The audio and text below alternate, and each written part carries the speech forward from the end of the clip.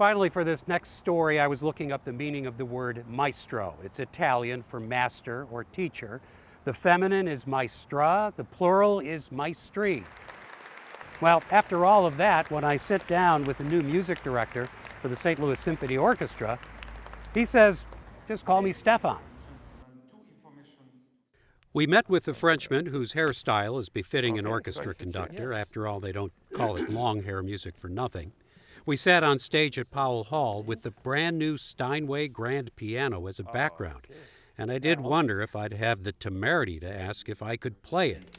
Maybe not. After all, conductors, great artists, they sometimes have the reputation of being temperamental. But Denève wants people to see him and the symphony's music as anything but intimidating. I don't look for fame, but I love when people just come and feel that I am accessible and that they can just share what they like, what they didn't like. So Stéphane's okay? I don't have to call you maestro? You can definitely call me Stéphane. Okay. Everybody can, of course. No. I give you one example. Yesterday I had to trim my beard, so I went to a barber shop, to Midtown Barber, for the first time, and they didn't know who I am. I arrived there, and there was such a good mood. People were happy, there were good music, they were kind of dancing and walking at the same time.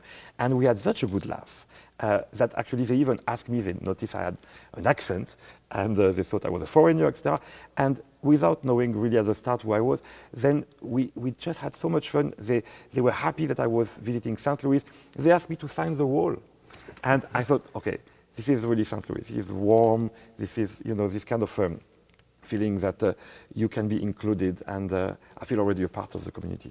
He is also one of those conductors who likes to talk to the audience about the music they're about to hear.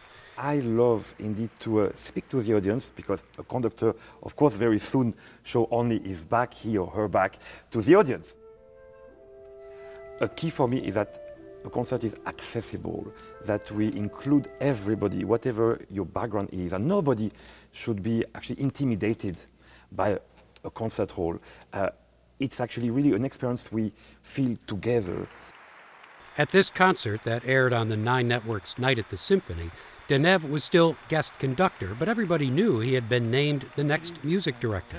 So he decided to have a little fun with the audience. My name is Stéphane Denève, and this is my 8th visit to St. Louis, and it is also my very last visit as guest conductor. Denève grew up in a small town in France, and our new music director will be featuring French composers. But for the people who maybe like less the French music, I say, don't worry, because I like everything, and as music director, I will bring every repertoire, not only French, of course. I will bring like this season, you'll have Beethoven 9, Mahler's Second Symphony, Shostakovich 10, Rite of Spring of Stravinsky. I mean, just everything. He's aware of St. Louis's French heritage and kept that in mind when he put together the upcoming season. And I wanted to create an arch between the two cultures, the French and American culture, and offer pieces from the French repertoire that has been influenced by American culture, and American pieces that have been influenced by French style, just in order to show that music has a great power, is to make bridges between actually different cultures and that we all feel together. He will also bring to St. Louis audiences music from contemporary composers, but he doesn't want you to jump to any conclusions about what that means. And they think, well, I'm going to have to sit through this to get to the Rachmaninoff, because we're going to be force-fed something that I'm not going to get, but I'll sit through it. You've heard this before, I know, and it does happen, I think, sometimes. Look, I try to be brief, even if this subject is something very, very important for me, and I would speak about that for hours. But yes, we have to recognize it. After the Second World War, there has been a fairly long time where new music meant something very dissonant, very difficult to understand, very sometimes atonal, which means that without melodies and without clear harmonies.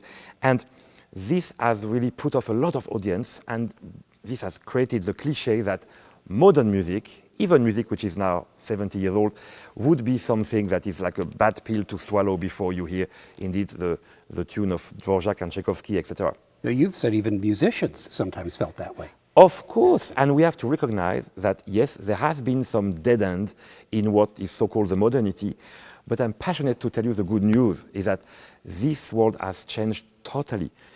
I will always try to find the crème de la crème of the new music that can please the musicians, that can please the audience, and that they really can enjoy it in an emotional way, and that they start to all recognize that there are great new pieces written today, and that you can enjoy this new music as you enjoy the big, very famous pieces of the core repertoire.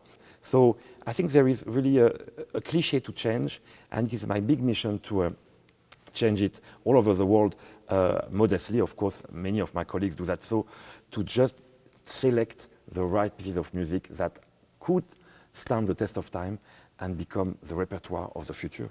Conductors don't have just one job, and you really need to go to his website to see everything that Denève is up to. Appearances around the world. He remains the principal guest conductor for the Philadelphia Orchestra, and he is the music director for the Philharmonic Orchestra in Brussels, where his wife and daughter still live. But European orchestras are state-supported. Like other American orchestras, St. Louis's has to raise its own money. At first, when I arrived here a long time ago as a guest conductor, I thought that this was, of course, difficult, because then you had only to please the people, and there was this tension, and it was very unstable. You didn't have funding for years and years like it is in Europe. But I realized this is a great opportunity to know for who you do music, and to know why you do music, and to interact with the people that make all of that possible.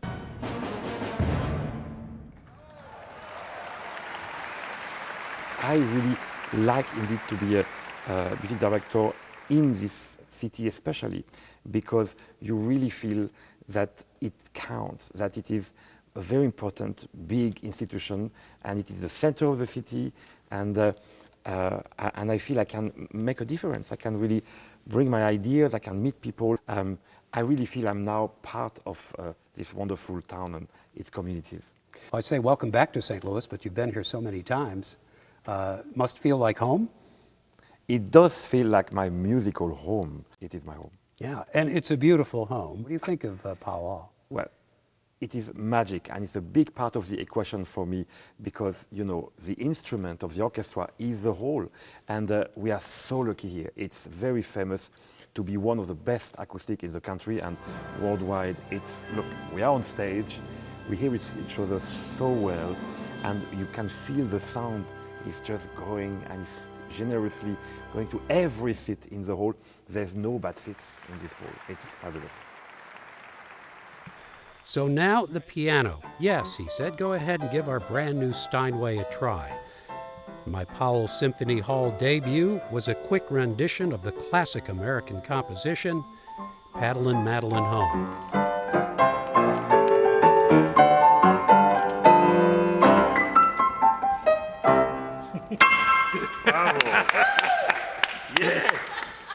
Denève's first concert as music director will be the Free Concert in September in Forest Park. You can expect we all might be having some fun with that.